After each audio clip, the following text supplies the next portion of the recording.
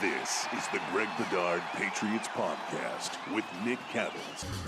He's Greg, I'm Nick, and thanks to Athletic Greens, your one-stop shopping for 75 high-quality vitamins to help you start your day right. Greg, let's jump right into the headlines. There's a lot to talk about before we get to this Bills game and our thoughts on the finishing wraps of the 2022 season. The postseason meeting with Belichick and Kraft. You and I have talked about this over the last several weeks. It is now time because obviously the Patriots are not in the playoffs. What have you heard about this meeting, the timing, and what's going to actually happen in said meeting? Okay, so this is now, it's midday on Tuesday.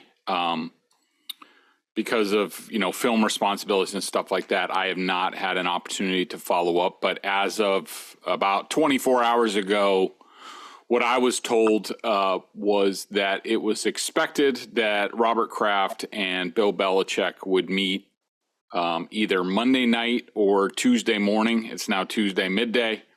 I don't know if that meeting has occurred yet. Both guys are very busy. It wouldn't surprise me if it got pushed off or delayed at some point, but they are due to meet at some point. And what's interesting about it this time, talking to people around the team, is that in years past, when Robert and Jonathan's probably usually involved, but most of the time it's just Robert. When they meet with Bill, and it's sort of like a sort of update to ownership type of situation. It's like, this is our general feelings about the season. These are some of the things that we think we need to do to get better and blah, blah, blah. And that's about it. And really, I was a little bit surprised to learn that normally Bill doesn't offer to Robert much more than he does to the media in his sort of season-ending availability, which he had Monday, which I'm sure we will get to. And I was basically told that that level of update would not be sufficient this year. That ownership is going into this meeting.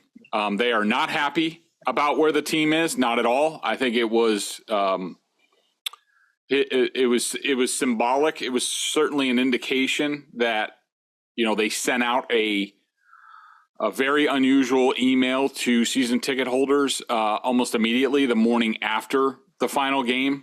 Normally those don't come until right before payments are due, sort of end of February, beginning of March. And they're really sort of general overview stuff about like, hey, we're going to do really neat stuff at Gillette this year. We can't wait to have you back. This time it was all about, football operations, and, we're going to be making critical decisions about our football operations going forward over the next weeks, blah, blah, blah. And so, look, the Krafts are not happy. They're not just sitting idly by, like just waiting for, oh, Bill, what are you going to do? And they want to hear a plan. They want to hear acknowledgement about why things didn't go well, which we didn't get as a media. We got Bill's sort of lip service about like, it wasn't good enough. It starts with me, blah, blah, blah, bull crap. No why. Okay, Bill, yeah, it didn't go well. Why? Why? Because of the decisions you made. A variety of them. That's what he should have said. He's going to need to do that with ownership. He's going to need to present some sort of plan about this is how we're going to get better. And he's going to be held accountable to that plan. But I will say that as far as where both sides are going into this meeting, it's believed, and Belichick said this in the press conference, that he wanted to be back for another season. That ownership would like him to be back for another season, but he's going to have to give a little bit more than he has in the past, or else, if he goes in there and he's very defiant, and we've talked about it before, if he's very defensive about what he's done, what he's going to do, I don't think ownership reacts well to that. And so, everyone thinks this is going to work and go forward, but nobody knows at this point until the meeting it concludes.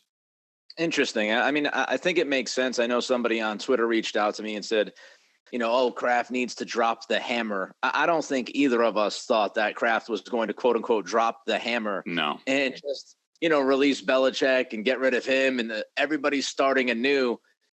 When you look at this from 30,000 feet, they're 18-16 over the last 2 years. 2020 was not good with Cam Newton, but you also have to put into all the mitigating circumstances that year with, the fact that you had COVID, the fact that you had all of those weird changes to the games and times and the Kansas City game and having to play on different days. I think Kraft looks at 2020 and says, okay, we'll give you a mulligan there, Bill, because it was just weird and it was the first year post Brady. The last 2 years, 18-16 is not where anybody wants to be. Don't get me wrong. I'm not sitting here and excusing Belichick, but 18-16 is not going to get the greatest NFL head coach fired. It's just not going to happen. He needed to absolutely tank this year for that to be on the table, and 8 and 9 is not tanking. So it makes sense that each side wants to bring this back and see if it can work. We were going to talk about the letter a little bit later, Greg, but since you brought it up, just quickly, some people took that as Kraft taking a shot at Belichick. Was that a shot at Belichick? As far as I know from people that I've talked to, that was basically the Kraft saying to their fellow fans, because they are fans first of this team, we hear you. We are vigilant about our role as owners, stewards of this team. We're not happy. And, we're going to make sure this team is going in the right direction. I don't think it was a preemptive strike against Belichick. It might be perceived that way, just like some of Belichick's comments might be perceived as a shot. And could the other side get defensive about it? Yeah, sure. And you need to understand the optics of things, even though your intention might be something else. But I don't think that ownership – I think ownership was just telling the fans, like, look, we've heard you complaining. We've heard the boos at Gillette. We've seen a lot of the empty seats and things like that. We understand the product is not good, and we are here. We're on top of it. We're just letting you know that. All right, let's get back to Bill Belichick's press conference from yesterday. You just brought this up a moment ago, Greg. It was pretty much standard Bill. He was asked an awful lot, and I'll give my guy, Greg Bedard, my man Greg, kept searching it and trying to get it out of Bill. And I know Curran asked a question or two about the coaching situation and the decisions that were made. And Belichick's answer, with some other words just kind of mumbled in, was typical Bill. Best interest for the football team. Best interest. Did it for the football team. That was not a very good press conference, I don't think, for many people watching and reading and listening to it. Greg, the question is, Belichick, we kind of expect that from him, even though it would be nice for him to come out and say, hey, look, guys, some of the decisions I made did not work out. We could have gone a different way. We decided to go the way we went. And now we have to get together and kind of figure things out. And if we got to reset, we got to reset. But Belichick in front of the microphone in the media versus Belichick behind closed doors, to fans and listeners who might be frustrated by the press conference like we all were from Belichick in the media. Is there a difference between Bill in front of the media and behind closed doors when it comes to the decisions that he made last offseason that backfired on the offensive side of the football? Well, I mean, that's an interesting question, Nick, and a good question. And I think I would answer it this way. I think that I don't think he's very accountable to his football team and to his players, which I think is a problem at times, especially when you're not winning and you're not being productive. And an offense that was productive with a bunch of new guys a year ago goes to being basically a laughingstock around the league. And I don't think Bill has taken accountability for that. And that's a problem. I think it's caused I don't know how to term this, dissension in the ranks. People are disgruntled, that's for sure. But at the end of the day, he might not say it to his coaches. He might not say it to his players. But at the end of the day, I know Bill Belichick to be honest and accountable to himself. And what I mean by that is Bill's, like we've talked about before, it's my understanding that Bill realizes that he screwed up this offense, that it's his fault. He screwed this up. He made the wrong decisions. He was just wrong.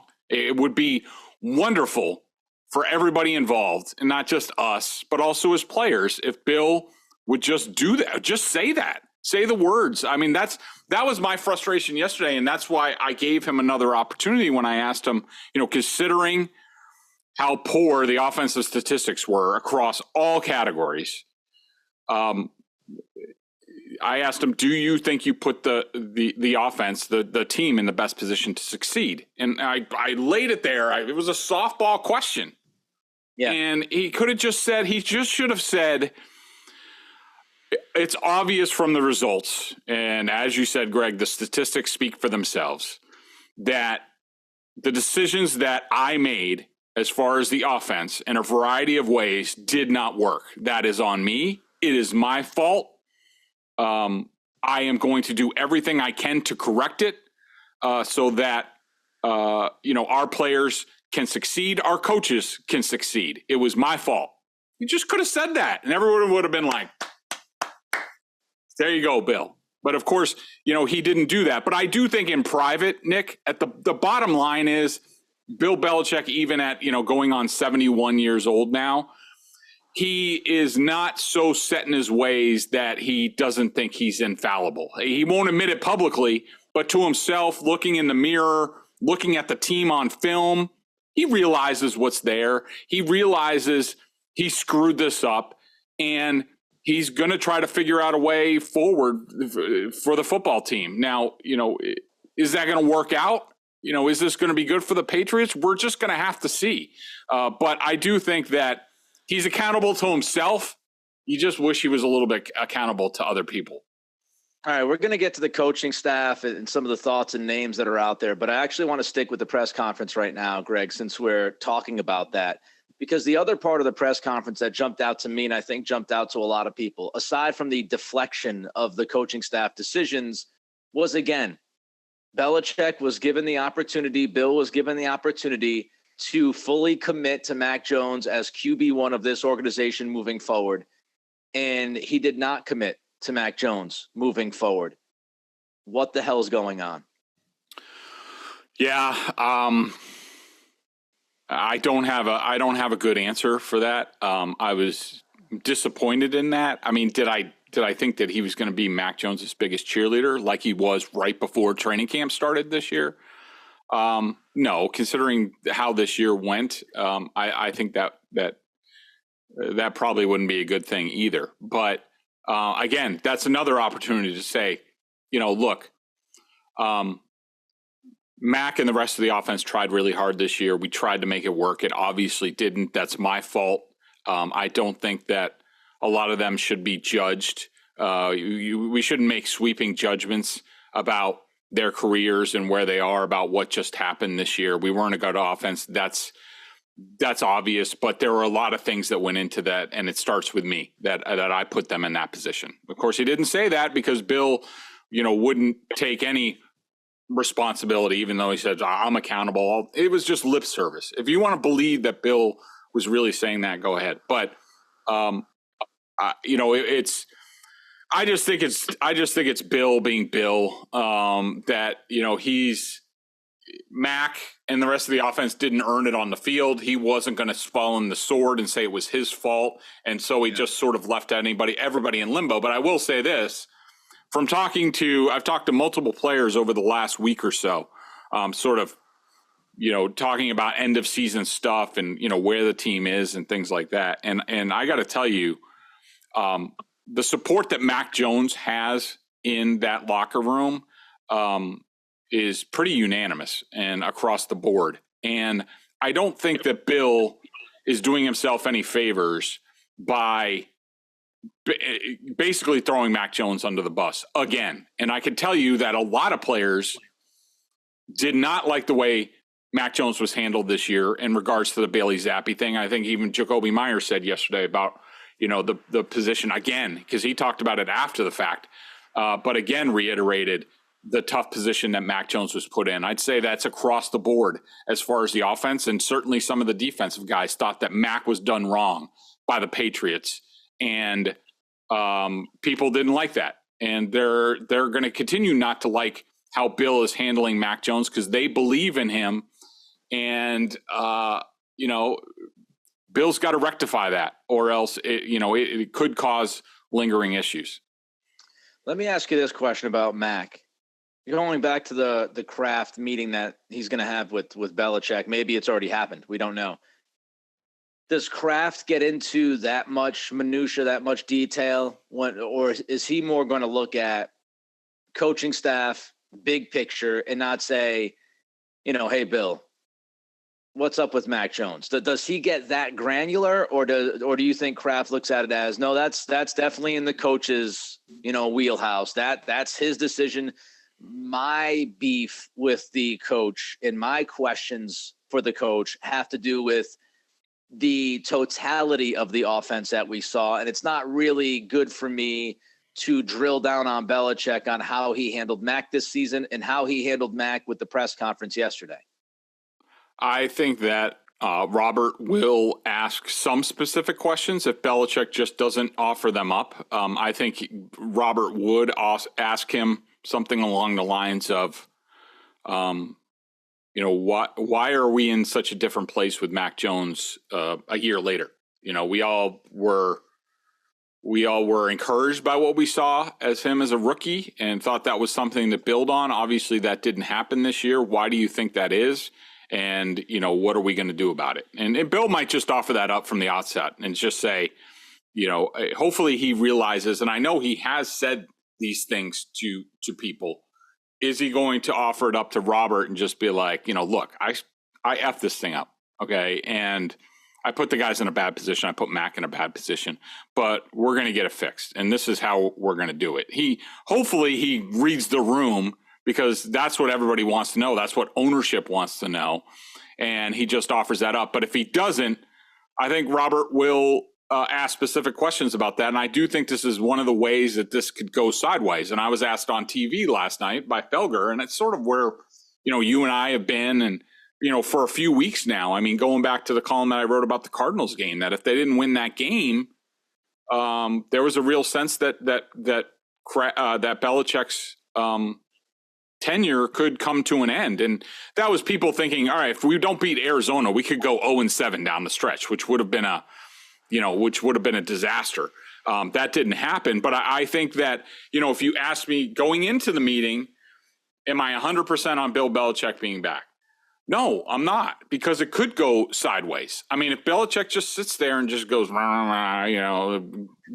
out of my face about my coaching staff and my team, and I won you 6 Super Bowls and stuff like that. Like, that's not going to be good for anybody. And the Krafts aren't just going to sit there and take it. But I don't think that Bill reads the room. He understands what's going on. And I think he'll be a little bit more forthcoming than he has in the past about how this team gets back on the winning side. All right, before we get to the coaching staff stuff, because obviously there are names out there and people are thinking offensive coaching staff first and foremost. Also, after what happened on Sunday, certainly special teams. Greg, if you can tell the people about Athletic Greens. I started taking AG1 because I wanted to make sure I was getting all the vitamins and nutritional supplements I needed in one place. Now I've been on it for 6 months and I love it. Doesn't taste like it's super healthy. It kind of has a mild tropical taste, a little minty, and I actually look forward to it each morning. So what is this stuff? With one delicious scoop of AG1, you're absorbing 75 high-quality vitamins, minerals, whole food source ingredients, probiotics, and adaptogens to help you start your day right.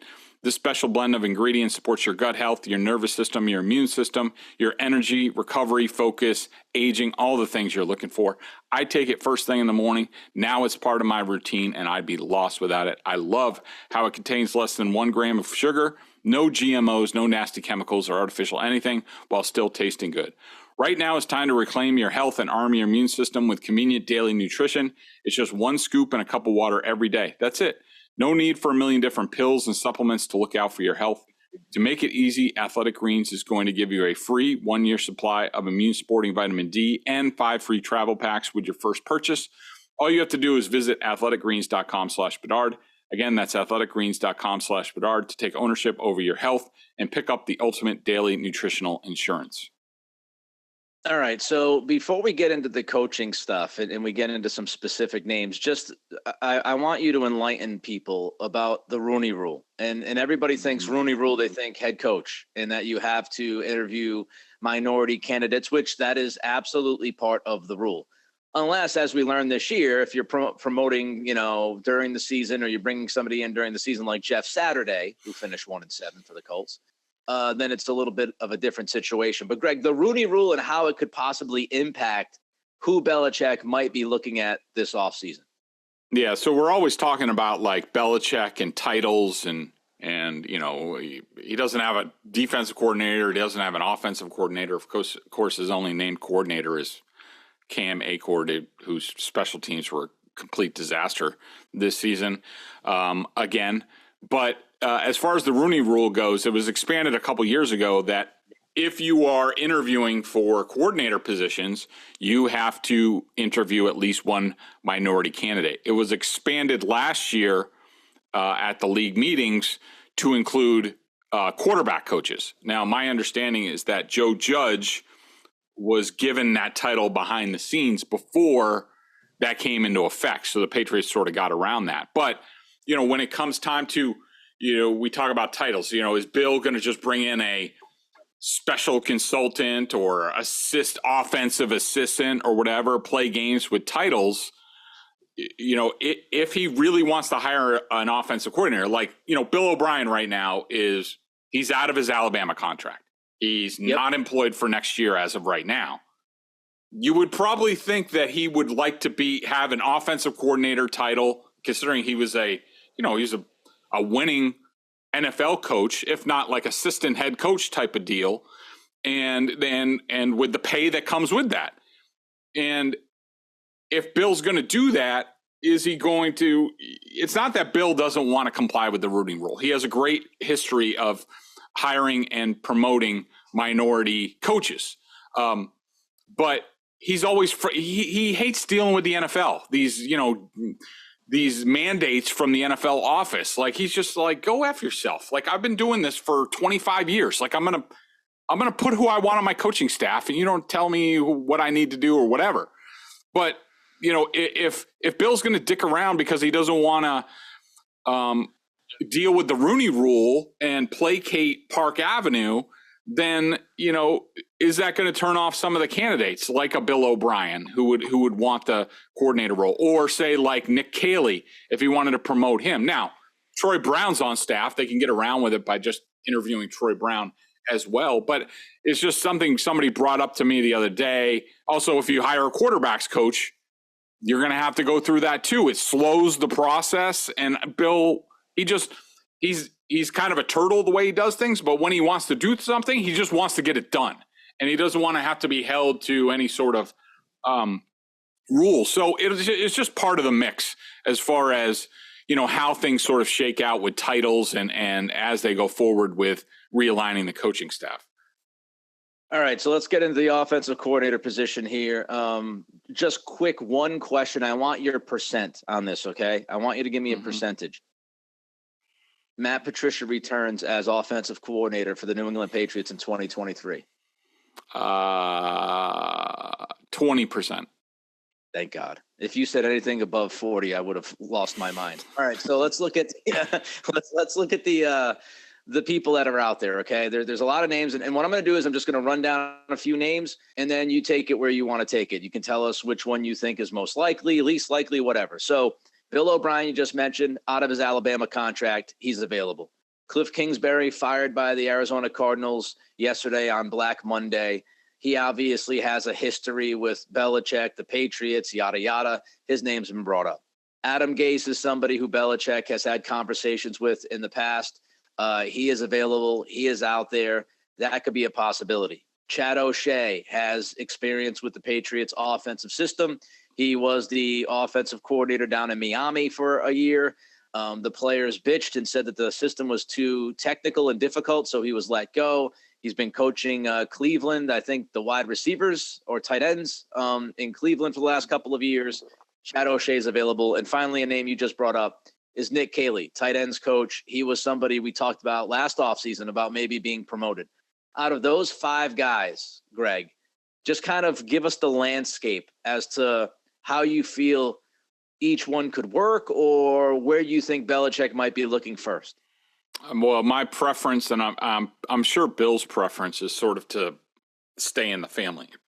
I think O'Brien's the leader in the clubhouse. I would hope it would happen. I think that this most recent Bills game, if, some people are tantalized by these other systems and whatnot, specifically Kingsbury. If you look at this Bills game, they ran more of the traditional Patriots under center play action offense in the first half, and that was the best the offense has looked all year. It fits what Mac Jones does. It's why they drafted him.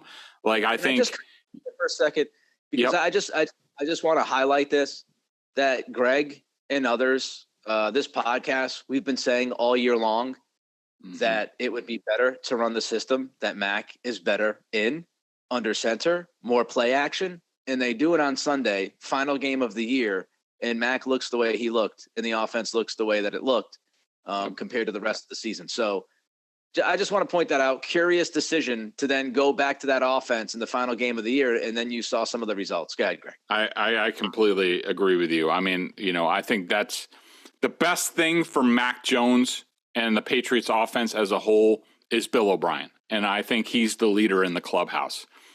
Chad O'Shea, I don't know. I like Chad. I don't know. I don't think things ended well with him here. I think he was another one of these guys who got sort of sick of what was going on here and let his contract run out. And, he ended up going with Flores. I think that, Cliff Kingsbury is a hot name out there. My thoughts on it are, if you bring him in, you're talking about a third completely different system in 3 years with Mac Jones. It's not ideal to me. It's all in shotgun. It's air raid. It's not a pro system. It's a college system. I don't like it. I think you need specific players, specifically a mobile quarterback to run that, like Kyler Murray. And I don't think it fits what the Patriots do. I think the best thing for everybody involved would be Bill O'Brien comes to the Patriots and Kingsbury goes to Alabama to be Saban's offensive coordinator, sort of resuscitate himself, sort of like Sarkisian did and Daboll did and O'Brien did. If Kingsbury, he's got another 5 years left on his contract. He might not just coach for a whole year and then sort of wait for a college head coaching job next year. Who else did you mention? Was there anybody else you mentioned? The promotion of Nick Caley. Yeah, Bill would have to do what he wouldn't do a year ago, which is step up and give him the offensive coordinator title. I don't know if he's ready for that. I know he's smart. I know a lot of people think highly of him in the building. Is he ready to coordinate an offense? I don't know, but I'm hoping for everyone involved that it's Bill O'Brien, because that's the best way forward for everybody, in my opinion. Last name that was on the list, and I think he's polarizing for people. Adam Gase. Oh, I like Gase, and he as an offensive coordinator, he's really good. He really is. He got, before Tannehill got hurt that 1 year in Miami, he had Tannehill playing way better than anybody thought he could. And I think he has some history in the Patriots system. He would know how to make it work for Mac. He's very good with quarterbacks. He's very good at melding systems. He did that with Peyton Manning coming to the Broncos. He would be sort of my second favorite guy after O'Brien, because I think, and I know Bill thinks about him a lot. He thinks highly of him as an offensive mind, and he had to deal with him. And Gase knows how to game plan and call plays. He really does. Now, is he a head coach? No, but a lot of people aren't. All right, we're going to leave some on the chopping block before we get to this Bills game, but I do have to ask you one more question about this coaching staff. Actually, I'll try to sneak in too. Jerod Mayo, he's now a free agent. What's the future hold? Yeah, I'm not optimistic. I think, and this could be, if I'm the Krafts, this is a bone of contention with Belichick going into that meeting. That everybody cries. All the Belichick people cry about, well, what do you want? There's been a brain drain. These coaches left and these front office people left. Yeah, but They wouldn't have left if Bill gave them titles and paid them. And Mayo's another guy. The way I understand it is a year ago, it was discussed the possibility of Mayo and Steve Belichick being co-defensive coordinators. And my understanding is Mayo turned that down because he thought he was doing a bulk of the work, and not getting the respect that he should have. He wants to prove himself. He wants to run his own shop. He wants to call his own plays. That ain't going to happen here. Why? Because Steve Belichick is there. And if Mayo was given the defense coordinator title, you can call plays, you run the room here, he would stay here. But he's not going to get that because Bill's son is where he's at. And so I think the odds are that that Mayo goes someplace else to be defensive coordinator, to prove that, hey, look, I can call plays, I can do all this stuff, and set himself up to be a head coach. I don't think that's going to happen here. I think he's blocked by Steve Belichick, and I think that's just wrong. Does that open the door for Matt Patricia to go back on the defensive side? Oh, God. I guess. I mean, I hope not. I would hope that, Matt Patricia would more kick upstairs, that sort of thing, be, Bill's sort of Ernie Adams, what have you, than on the defensive side. I think the best thing is this defensive coaching staff reminds me of when Patricia was defensive coordinator, and not a lot of people loved that experience. They might have won titles and stuff like that, but not a lot of people loved it. And then all of a sudden he left and Brian Flores became defensive coordinator, and they were just a different unit. They were a better unit. They were more aggressive. And I think there's people in the building that think the same sort of dynamic could happen if Mayo was just named defensive coordinator instead of Steve Belichick. The Steve Belichick stuff drives me nuts, man. It drives me ever-loving crazy. I don't think necessarily he's done a terrible job calling the defense, but Mayo's doing the bulk of the work. The nepotism thing, it's just, anyway. Just to update people, to finalize this, I was 15-2 against the spread this year. Greg was 14-3 against the spread this year. My preseason prediction was 9-8, I believe, with this team. They obviously finished 8-9. Greg, what was your preseason prediction? Do you remember? 8-9. Yeah. And pretty much if you go back and you read my season preview prediction column that I published the day of the Dolphins game, I pretty much nailed everything on why, not to pat myself on the back, I'm just stating facts. I mean, from, the decisions made with the offense to their terrible training camp, and that their personnel wasn't good enough at the end of the day. And so, 8-9 and out of the playoffs. Yeah, look, people can bust our balls, and they certainly will when we get something wrong. They'll be all over you. Oh, I'm surprised you got something wrong. So, look, I like to go back and keep ourselves accountable. We talk about Bill Belichick being accountable. We'll be accountable. If we were wrong, we would tell you how bad we were this year and what we got wrong. But Greg and I'm pretty confident in how we break this team down, and I hope that's why people show up to this podcast and listen and watch. And we had a pretty good year, 15-2, 14-3. I mean, I think, what's that? I can't even do that math-wise for me this early in the morning, but it's a really good record combined. And we told you 9-8, 8-9. That's what this team was. They're pretty much stuck in the middle of the league. All right, the Bills game. Mac Jones, the offense. How'd they finish up, Greg? I thought it was sort of a mixed bag. I thought the first half was really, really good. I was really encouraged. I thought the second half was more the same. It was almost like, if you asked me, I would have been like, I think Bill O'Brien was calling the plays in the first half. And then the second half, Matt Patricia went back. They were sort of like trying them out. Because that's the way it looked. Yeah, I was really encouraged by what they were doing, getting understand. There was at one point, Nick, and I almost fainted in my chair. I just want to look at this. So there was their first touchdown drive. After they ran on the first round, they went play action, play action, play action, play action, and play action. So they had four straight play action passes.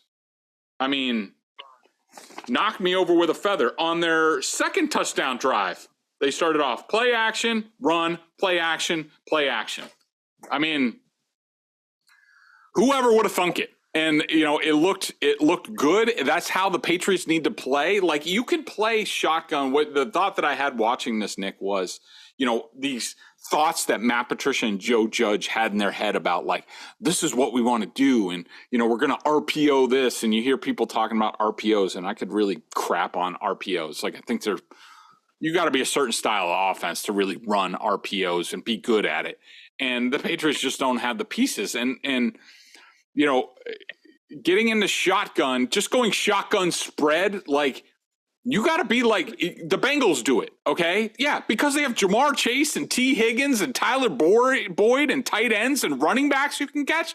The Patriots don't have jack crap compared to those teams.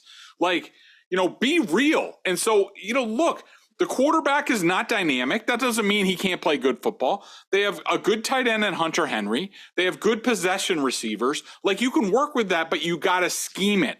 And the Patriots showed that in the first half. That's how they should have run their offense the whole year, and why, like, all during training camp, I'm like, what the hell are they doing?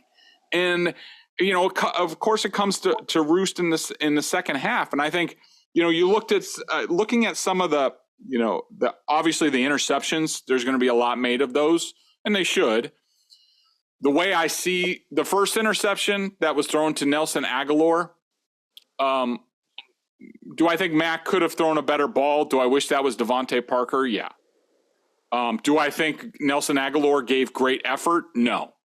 And what's interesting is that the touchdown later on to Devontae Parker, the one down the left sideline, that was almost the same identical play. The cornerback played it the exact same way. And guess what? Mac put it in the same spot, and Devontae Parker fought for it and went up and got it and scored a touchdown. Whereas Nelson Aguilar just gets a little bit of contact, and he's just like, and then sort of gives a half effort. Just shows the difference between the two players. I thought the Hunter Henry interception, that's an interesting one, Nick. A couple of facts on that play. Cole Strange gave up a pressure. I think that Mac Jones had to throw it because of the pressure about a half a second earlier than he wanted to. It was a half a second before Hunter Henry really got out of his route.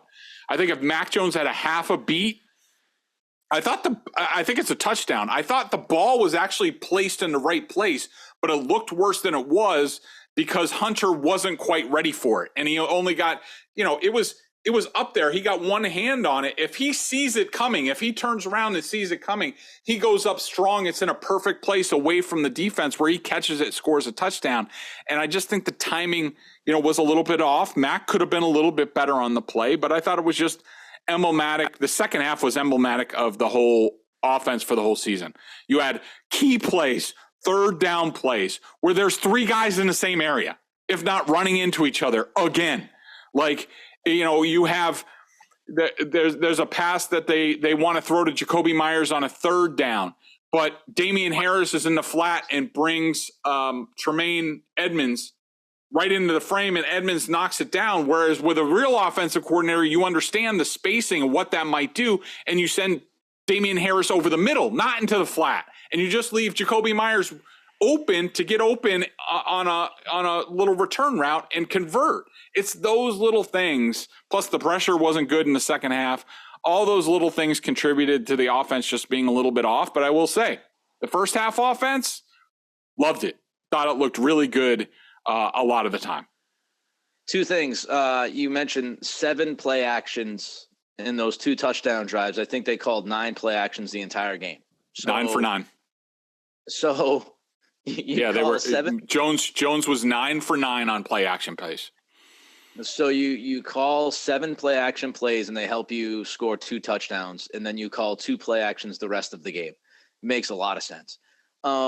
Secondly, I walk away from this season saying to myself, and you talked about this a little bit last week, Greg, Mac Jones and Tony Romo talked about this a little bit during the game, and I thought Tony had a bad day.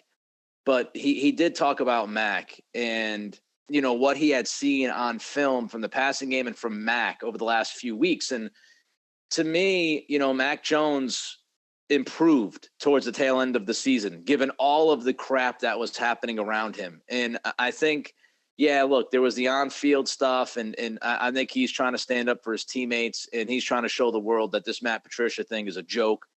And he did go beyond where he needed to go a couple of times. Greg has mentioned the Raiders game, and he would have pulled Mac from that game at halftime.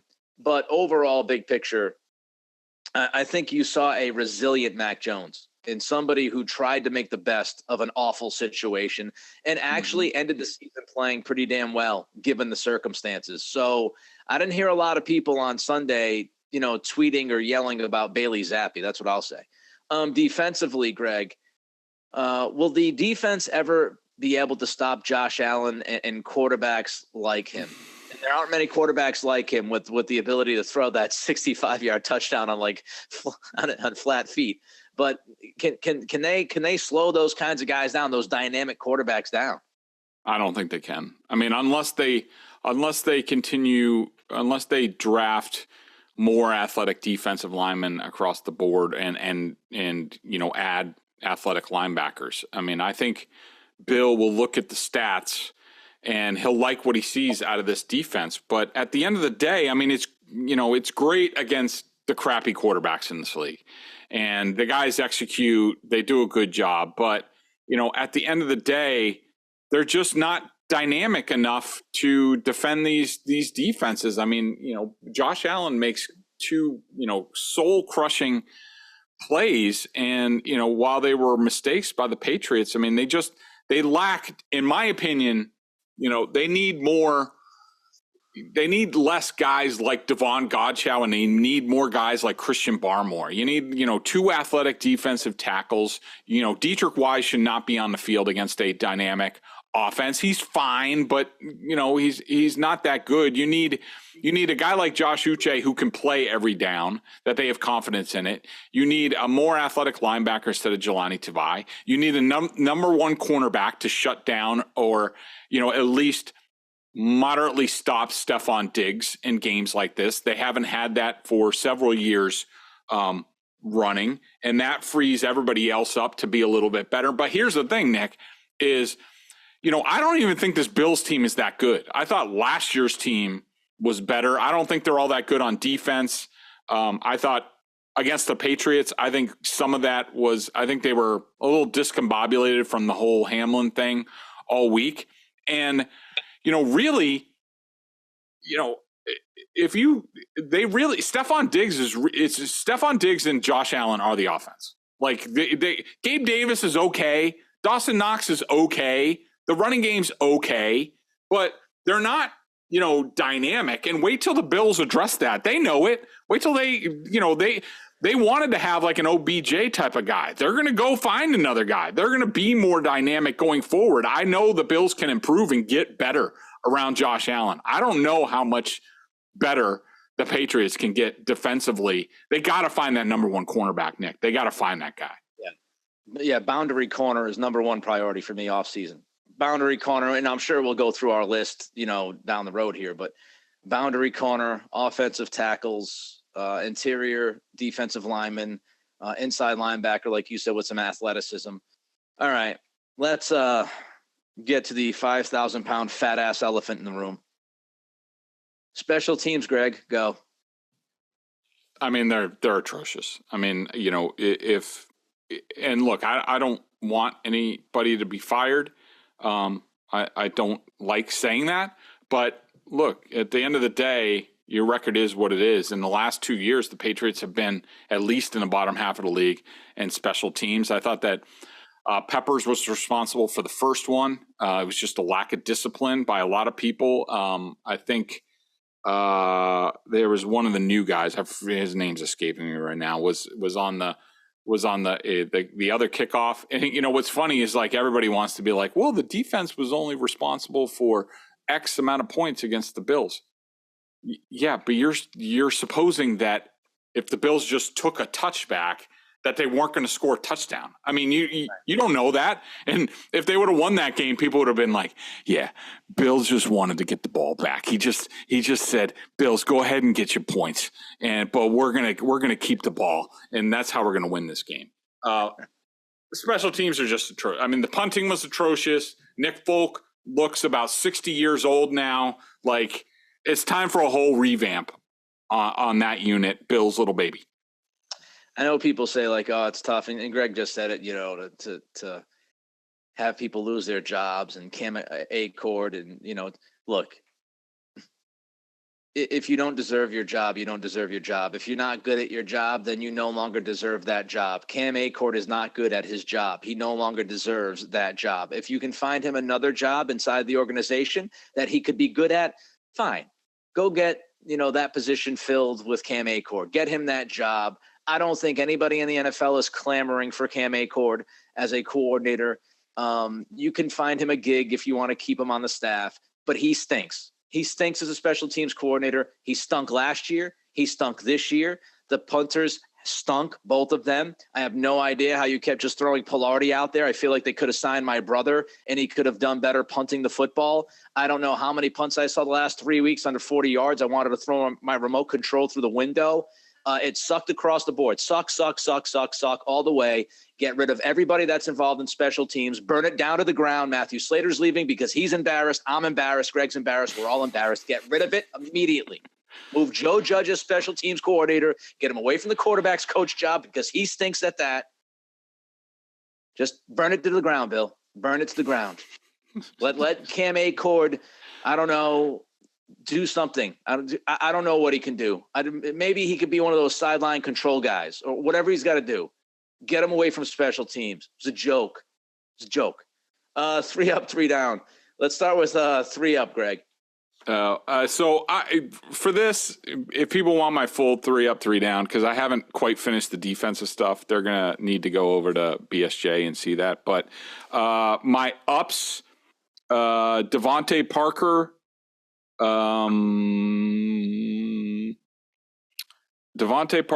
Jacoby Myers, and Kendrick Bourne in this game are my ups. My downs, Connor McDermott,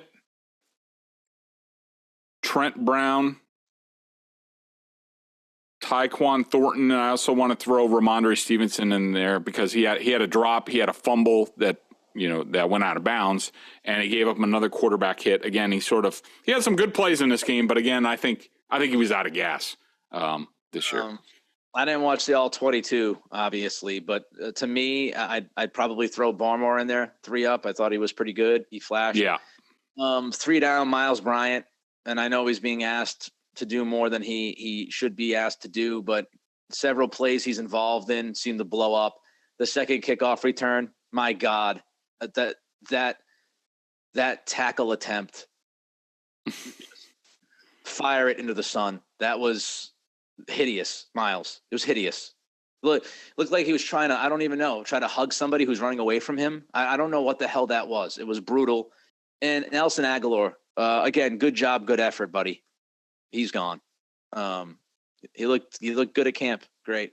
Then he can't consistently catch the football or give effort. So, Nelson, it's been fun. You made a lot of money the last 2 years, but you got to go, bud. All right, BSJ member question of the day, BostonSportsJournal.com. $39.99 on the annual plan. You know all about it by now. What is the question of the day, Greg?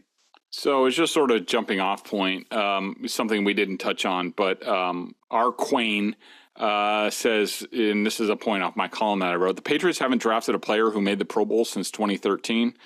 And so basically I just we didn't really touch on it that much, but Bill's comment about how the Patriots have been 27th in cash spending the last 3 years, which was an astounding comment. And while I don't think it was a shot at the Krafts hate when that stuff's talked about. And I just wanted to provide my counterpoint if I'm the Krafts, which is, well, Bill, first of all, you didn't want to pay Tom Brady.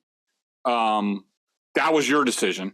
You could have offered him a contract and kept him here and kept winning, but you decided not to do that, so that's on you. You took a dead cap year basically in 2020 where you didn't want to pay anybody. You wanted to rectify the cap. That was your decision. You made it. And the bigger thing is, look, Bill, if you would draft any young talent that we could extend, we would love to do that. The problem is you haven't drafted any of those guys.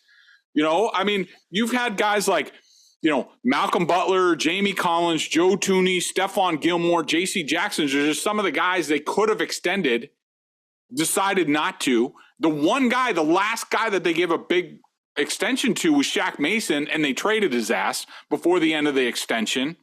I made the point that the 12 first or second round draft picks from 2013 to 2018, none of them received a multi-year contract extension from the Patriots. That's where your money goes on if you're a functioning team. The Patriots haven't had that. Even in 2012, they gave Dante Hightower an extension, but they traded Chandler Jones before they gave him a contract. Arizona gave him the contract extension. So, let's just be real. When it comes to the Patriots and their finances, that the Belichick's not a victim here. He's put himself in this situation for a variety of reasons. It's a fascinating answer, given that he was asked about the 21 free agency period, and he decided to look back over a 3-year period and give you the average of money spent instead of just answering the question directly, which was, hey, man, how's the 2021 free agency class doing? All the money you spent, Jonnu Smith and Hunter Henry and those guys. How's that look? And Bill's like, well, I think if you look back at 3 years, what? Huh? Who? Why? Why'd you go there? That wasn't the question, Bill. Why are you moving the goalposts, Adam Jones? Why are you moving those goalposts? Anyway, well, if anything breaks, if anything big happens, we will certainly cover it here. We are always ready. His name is Greg. I'm Nick. It's the Greg Bedard Patriots Podcast with Nick Cattles, brought to you by Athletic Green. Till next time, everybody, let's wish. And if you're a religious fella or lady, pray that Matt Patricia is gone by the end of January as offensive coordinator. Till next time, be well.